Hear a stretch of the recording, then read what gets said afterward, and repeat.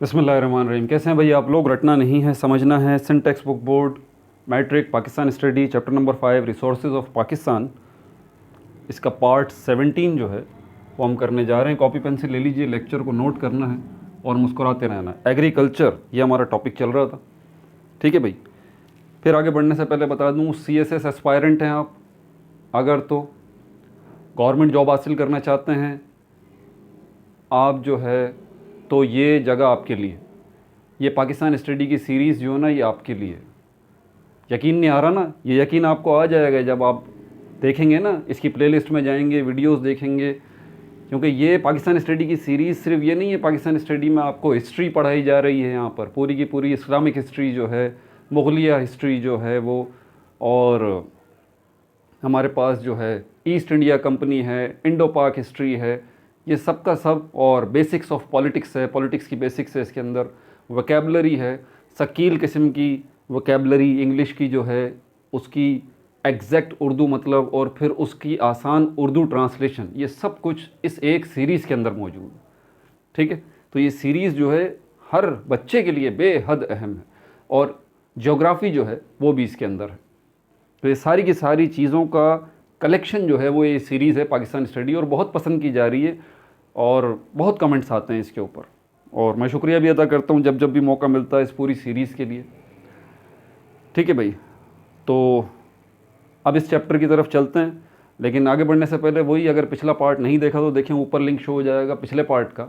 और इससे अगला पार्ट देखना है तो इसी स्क्रीन के, इसी वीडियो के एंड में, इसी स्क्रीन पर आपको इसका अगला पार्ट जो है वो मिल जाएगा। हर वीडियो के अंदर यही सेटअप है, ठीक है। और प्लेलिस्ट तक जाना है, पिछली सारी वीडियोस देखनी है, तो भाई आपको बता देता हूँ, कुछ बच्चों को पता नहीं होता कि कैसे जाया जाए। तो इसी स्क्रीन के नीचे आपको देखें लोगो नज़र आ रहा है, रटना नहीं समझना है, उस पर क्लिक करें, पेज खुल जाएगा। वहाँ देखें प्लेलिस्ट का ऑप्शन है, उस पर क्लिक करें, सारी प्लेलिस्ट आपके सामने आ जाएंगी। क्लास 10 पाकिस्तान स्टडी की प्लेलिस्ट में चले जाइए, पिछली सारी वीडियोस वहाँ पर मौजूद हैं। और उसका पार्ट 1 जो है वो है हिस्ट्री ऑफ प्रॉफिट्स, पैगंबरों की तारीख़, ये पार्ट 1 है, चैप्टर नंबर 1 का, ठीक है भाई। इसके अलावा क्लास मैट्रिक की केमिस्ट्री की भी प्लेलिस्ट मौजूद है, क्लास मैट्रिक की बायोलॉजी की भी प्लेलिस्ट मौजूद है, क्लास 9th की केमिस्ट्री की भी प्लेलिस्ट मौजूद है। First year chemistry complete book मैं बना के अपलोड कर चुका हूँ, पूरे के पूरे 12 चैप्टर्स। 11th केमिस्ट्री की भी प्लेलिस्ट आपको नज़र आ जाएगी। 12th chemistry new book complete, पूरे के पूरे 13 चैप्टर्स बना के मैं ऑलरेडी अपलोड कर चुका हूँ, वो भी आपको मिल जाएगी। 12 फिज़िक्स न्यू बुक वो कंप्लीट होने वाली है, उसके चैप्टर नंबर 25 में है, क्वांटम फिज़िक्स, वो चल रहा है अभी, ठीक है भाई। इसके अलावा और भी प्लेलिस्ट हैं, MD कैट की पूरी प्लेलिस्ट है। पास्ट पेपर्स जो हैं, पिछले 20 साल के पास्ट पेपर्स MD कैट की प्लेलिस्ट के अंदर देखें, आपको मिल जाएंगे। ECAT के पास्ट पेपर्स आपको मिल जाएंगे, ठीक है। इसके अलावा आपकी बेसिक्स अच्छी नहीं है मैथमेटिक्स की, तो बेसिक्स ऑफ मैथमेटिक्स की प्लेलिस्ट मौजूद है, वो देखें। केमिस्ट्री की बेसिक्स अच्छी नहीं है तो बेसिक्स ऑफ केमिस्ट्री की भी प्लेलिस्ट मौजूद है, वो देखें, ठीक है भाई। अब ये एग्रीकल्चर जो है वो हम कर रहे थे, और एग्रीकल्चरल के अंदर अब आखिरी टॉपिक जो है लाइव स्टॉक का, इसको हम देख लेते हैं। लाइव स्टॉक, लाइव स्टॉक के अंदर हमारे पास, इससे नाम से ही आपको अंदाज़ा हो रहा होगा, लाइव स्टॉक। लाइव किसको कहते हैं? ज़िंदगी को। लाइव स्टॉक वो सारी चीज़ें जो कि ज़िंदा हैं, इंसानों को छोड़ के वो सारी चीज़ें, और पौधों को छोड़ के वो सारी चीज़ें जो कि ज़िंदा हैं और जानवरों में आती हैं, वो लाइव स्टॉक कहलाती हैं। कीड़े मकोड़ों को छोड़ के, जिनको आप पाल सकते हैं, जिनको आप पाल सकते हैं, जिन जानवरों को आप पाल सकते हैं, वो लाइव स्टॉक कहलाता है। इसमें हमारा पोल्ट्री आ जाता है, चिकन वगैरह, इसमें हमारा कैटल फार्मिंग आ जाती है, पोल्ट्री फार्मिंग आ जाती है, कैटल फार्मिंग आ जाती है, फ़िश फार्मिंग इसके अंदर आ जाती है, ठीक है। ये 3-4 मेजर एरियाज़ हैं जो कि लाइव स्टॉक में आते हैं इस हेडिंग के अंदर, लाइव स्टॉक, ठीक है भाई। तो पहला पॉइंट इसका ले लेते हैं। यहाँ पर बता रहा है कि क्योंकि ये एग्रीकल्चरल सेक्टर से मुताल्लिक है, ये बात जहन में रखिएगा, ठीक है। एग्रीकल्चर में सिर्फ खेती बाड़ी नहीं होती भाई, एग्रीकल्चर के अंदर लाइव स्टॉक भी आ जाता है। तो आपके एग्रीकल्चरल का कितना % जो है ये लाइव स्टॉक कवर करता है? तकरीबन 37.5 37.5% जो है ये कवर करता है। किसका? आपका एग्रीकल्चरल सेक्टर को, AGRI मतलब एग्रीकल्चरल सेक्टर, इसका 37.5% जो है एग्रीकल्चरल सेक्टर का ये लाइव स्टॉक जो है वो कवर करता है। नेशनल आउटपुट की बात करें, पाकिस्तान का नेशनल आउटपुट मतलब, आउटपुट से मतलब प्रोडक्शन, पाकिस्तान की जो टोटल प्रोडक्शन है जिसमें सारी चीज़ें आ जाती हैं, फैक्ट्रियों से तैयार होने वाला माल हो या फिर आपकी खेती बाड़ी हो, फसलें हों, फल हों, इन सब के अंदर अगर देखें तो 10% जो है, 10% कवर करता है ये इसका national output of Pakistan.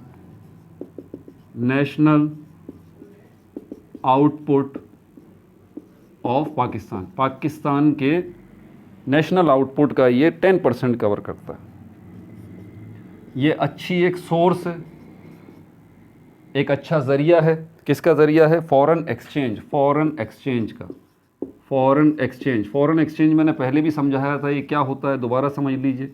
Foreign exchange, इसको ज़र मुबादला कहते हैं, ज़र मुबादला। लेकिन ये उर्दू में भी वही प्रॉब्लम यहाँ पर यही है ना कि आप डिक्शनरी में भी इंग्लिश की उर्दू देखेंगे ना अगर, तो उर्दू भी इतनी शकील होगी, इतनी मुश्किल होगी, आपको समझ ही नहीं आएगी। तो भाई फॉरेन एक्सचेंज जो है इसके ज़रिए आप जो है वो अर्न कर सकते हैं। अब ये फॉरेन एक्सचेंज क्या है? इसी फॉरेन एक्सचेंज को जो है वो सिंपली फॉरेक्स भी कहा जाता है, फॉरेक्स, और इसको FX भी कहा जाता है, कैपिटल F कैपिटल X। ये होता क्या है अब ज़रा समझ लीजिए। इंटरनेशनल लेवल पे जब हम ट्रेड करते हैं, हम किसी मुल्क को बेचना चाहते हैं, कोई मुल्क हमसे ख़रीदना चाहता है, यही मामला होता है ना। अब आप जो है अपनी करेंसी देते हैं, अब करेंसी की वैल्यू में फ़र्क आ जाता है।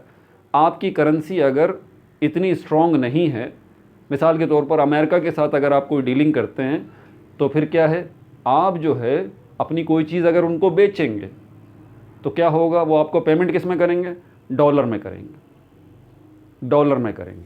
ज़्यादातर ख़रीदो फ़रोख्त दुनिया में जो होती है, ज़्यादातर ये कह लें आप 90% कंट्रीज़ जब आपस में ख़रीदो फ़रोख्त करती हैं तो अपनी लोकल करेंसी में नहीं करती, नहीं, ख़रीदो फ़रोख्त करने के लिए उनको डॉलर्स चाहिए होते हैं। जी, ये बात जहन में रखिएगा।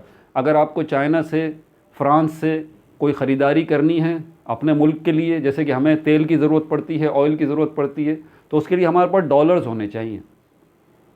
तो उसके लिए आप क्या करेंगे? अपनी लोकल करेंसी को कन्वर्ट करवाएंगे डॉलर्स में। और अगर आप अपनी लोकल करेंसी को डॉलर्स में कन्वर्ट कराएंगे तो फिर क्या होगा, यहाँ पर आपकी लोकल करेंसी का शॉर्टफॉल हो जाएगा, कमी आ जाएगी उसके अंदर। उससे क्या होगा, उससे आपका निज़ाम डिस्टर्ब होगा और इन्फ्लेशन रेट बढ़ जाएगा, महंगाई की शरह बढ़ जाएगी। लेकिन अगर आप किसी मुल्क को अपना माल बेचते हैं और वो आपको पेमेंट डॉलर में करता है तो आपका मसला हल हो जाएगा। देखें अब आप अपनी करेंसी के बदले डॉलर नहीं ले रहे, बल्कि अपने माल के बदले डॉलर ले रहे हैं, इसमें आपको फ़ायदा है। ये जो आप डॉलर अर्न कर रहे हैं, इसी को हम कहते हैं फॉरेन एक्सचेंज, ज़र मुबादला। इसकी डेफिनेशन भी यहाँ पर लिखी हुई है, लिखूँगा नहीं, आप सुन लीजिए। Conversion of local currency into dollar mostly, यानी कि लोकल करेंसी जो आपकी मकामी करेंसी है, जैसे कि हमारा पाकिस्तानी करेंसी रुपया है, इसको कन्वर्ट करना किसके अंदर? इनटू डॉलर, मोस्टली, ज़्यादातर डॉलर में कन्वर्ट करना। ये जो है, ये कन्वर्जन जो है वो कहलाता है फॉरेन एक्सचेंज। ठीक है, तो यहाँ पर आप लाइव स्टॉक जो है, जब आप आपका पोल्ट्री है, फ़िश फार्म है, आपका पोल्ट्री फार्म है, आपका कैटल फार्म है, ये लाइव स्टॉक जब आप बाहर के मुल्कों को बेचते हैं तो उसके बदले में आपको क्या मिलते हैं? डॉलर्स मिलते हैं। और उन डॉलर्स को फिर आप इस्तेमाल कर सकते हैं बाहर की पेमेंट करने के लिए। आपको अपनी करेंसी को छेड़ने की ज़रूरत नहीं है, इसमें आपको फ़ायदा होता है। तो इसी चीज़ को, ये जो आप डॉलर्स कमा रहे हैं अपनी चीज़ें बेचने की वजह से, अपनी चीज़ें बेचने के ऊपर आपको जो डॉलर्स मिल रहे हैं, मिसाल के तौर पर, क्योंकि ज़्यादातर डॉलर ही चल रहा है, मैं बार बार कह रहा हूँ, तो ये जो आपको फॉरेन करेंसी मिल रही है, अब मैं डॉलर का वर्ड इस्तेमाल नहीं करता, मैं कहता हूँ ये जो आपको फॉरेन करेंसी मिल रही है, बाहर की करेंसी मिल रही है आपको, ये एक चीज़ क्या कहलाती है? फॉरेन एक्सचेंज, ज़र मुबादला। तो ये एक बड़ा अच्छा ज़रिया है लाइव स्टॉक जो है वो ज़र मुबादला का। इसमें कौन कौन सी चीज़ें आ जाती हैं? इंक्लूड, इसमें कौन कौन सी चीज़ें आ जाती हैं? इसमें कैटल, मवेशी आ जाते हैं। कैटल मतलब मवेशी, इसमें गाय, भैंस, बकरी, कलेक्टिवली गाय, भैंस, बकरी, ऊँट, कलेक्टिवली इनको कैटल कहा जाता है। ठीक है। बफेलोज वो आगे क्लियर कर रहा है, इसमें भैंसे हैं, बफेलोज, शीप भेड़ें हैं, शीप भेड़ें हैं, गॉट्स बकरियां हैं, कैमल्स ऊँट हैं, कैमल्स ऊँट हैं, हॉर्सेस घोड़े हैं, डंकी हैं, म्यूल्स, म्यूल्स कहते हैं खच्चर को। अब ये बज़ाहिर दिखने में म्यूल जो है भी बताता हूँ आपको, ये म्यूल्स क्या हैं, इसको उर्दू में कहा जाता है खच्चर। पोल्ट्री, पोल्ट्री भी इसके अंदर आ जाता है। पोल्ट्री में सारी चीज़ें आ जाती हैं, इसमें चिकन आ जाता है, ठीक है, और बत्तख वगैरह भी कुछ लोग उनकी भी फार्मिंग करते हैं, और परिंदों की भी फार्मिंग करते हैं। कलेक्टिवली ये पोल्ट्री कहलाता है। लेकिन ये म्यूल क्या है, म्यूल्स जिनको खच्चर कह रहे हैं, ये असल में हॉर्स और डंकी का क्रॉस है, ठीक है। मेल हॉर्स है, फीमेल डंकी है, या मेल डंकी है, फीमेल हॉर्स है, इनका आप इंटर ब्रीडिंग करवाते हैं, इनका इंटर कोर्स करवाते हैं, उसके नतीजे में जो बच्चा पैदा होता है वो म्यूल कहलाता है या खच्चर कहलाता है। इसमें दोनों की खुसूसियात होती हैं, डंकी की भी और हॉर्स की भी, ठीक है भाई। अच्छा, प्रोडक्ट्स कौन कौन सी हैं इसके अलावा, क्योंकि ये चीज़ें आपको प्रोडक्ट भी देती हैं। कैटल, बफेलो, शीप, इनसे गोश्त भी मिलता है ना आपको। शीप से आपको वूल, ऊन मिलता है, जिससे बहुत सारी चीज़ें बनाई जाती हैं। गॉट्स, बकरियां, इनसे खालें भी मिलती हैं आपको, लेदर, ठीक है, और दूध भी मिलता है, और दूध की प्रोडक्ट भी होती हैं। डेयरी फार्मिंग देखें इससे रिलेटेड है। तो यहाँ पर प्रोडक्ट्स जो हैं, प्रोडक्ट्स जो हैं मतलब चीज़ें, प्रोडक्ट्स जो हैं वो कौन कौन सी आपको मिलती हैं। मिल्क मिलता है आपको, इससे दूध मिलता है, बीफ, गाय का गोश्त मिलता है, मटन, बकरे का गोश्त मिलता है, पोल्ट्री, चिकन का गोश्त मिलता है, ठीक है, मीट, गोश्त मिलता है।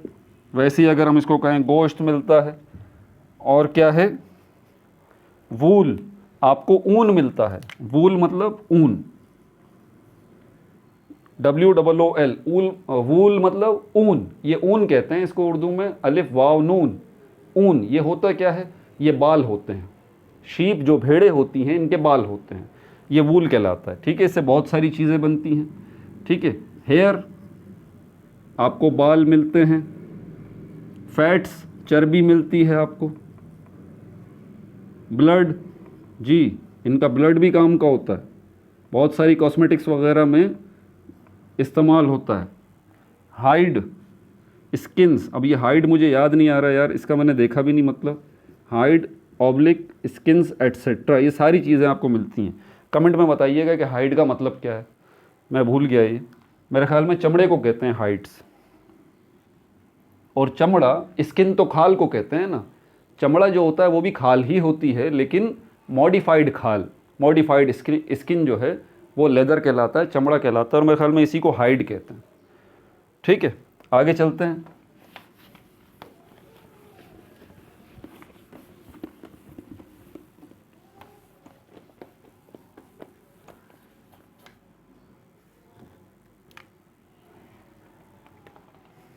ठीक है भाई, फिश फार्म्स, अब इनको देख लें। फिश फार्म्स, फिश फार्म्स भी हैं।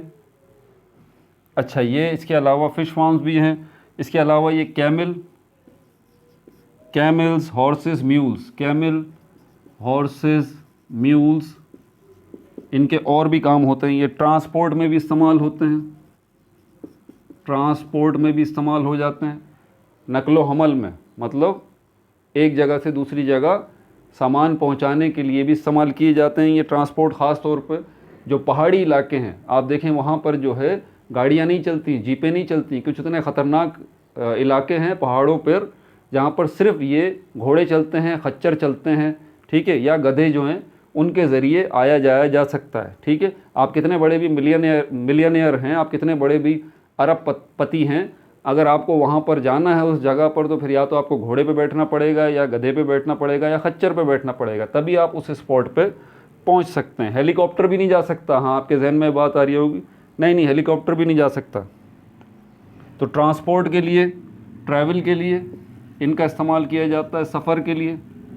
ट्रांसपोर्ट का तो मतलब ये है कि एक जगह से दूसरी जगह सामान लेके जाने के लिए इस्तेमाल किया जा रहा है। ट्रैवल का मतलब ये है कि इनके ऊपर बैठ के आप सफ़र भी करते हैं, ठीक है। और फिर यही एक और वर्ड, मैंने इसका भी मतलब नहीं ढूंढा भाई, टिलिंग। टिलिंग का भी मतलब देख लीजिएगा, टिलिंग द लैंड। अब टिलिंग द लैंड मतलब शायद ज़मीन को हमवार करने के लिए, तैयार करने के लिए। बहरहाल ये मेरा आइडिया है। अच्छा, कैटल फार्म सिंध में है हमारे पास, मवेशियों के जो फार्म हैं, कैटल फार्म बोलें तो मवेशी। सिंध में कहाँ कहाँ पर हैं, फिर पंजाब में देखते हैं। सिंध में मलीर मतलब कराची, वहाँ पर ये कैटल फार्म है। मीरपुर ख़ास, मीरपुर ख़ास में जो है वो ये कैटल फार्म है। और कहाँ पर है, सकरंड, सकरंड वहाँ पर ये कैटल फार्म है, ठीक है। दादू, दादू में कैटल फार्म है। और जो है टंडो मोहम्मद ख़ान, टंडो मोहम्मद ख़ान, इसमें ये कैटल फार्म है, ठीक है। पंजाब की अगर बात करें तो पंजाब में कैटल फार्म जो है वो कहाँ कहाँ पर है, बहावलपुर में है, बहावलपुर में है, ठीक है भाई। विहाड़ी में है, विहाड़ी, विहाड़ी में है। खानेवाल में है, खानेवाल। डीजी खान मतलब डेरा गाजी खान में है, डीजी खान मतलब डेरा गाजी खान, साहीवाल में, साहीवाल में। फ़िश फार्म जो हैं, फ़िश फार्म ये मिलेंगे आपको पंजाब, सिंध, केपी के ओनली। पंजाब में फ़िश फार्म है, सिंध में है, और केपी के यहाँ पर हैं, बलूचिस्तान में हैं। तकरीबन 2 लाख लोग जो हैं वो फ़िश फार्मिंग से इंगेज हैं। अबाउट मतलब तकरीबन, अबाउट 2 लाख पीपल, 2 लाख लोग जो हैं इस शोबे से, इस प्रोफेशन से जो है वो वाबस्ता हैं, ठीक है भाई। अच्छा, इसके अलावा और क्या है, पोल्ट्री की बात कर लें अब। पोल्ट्री,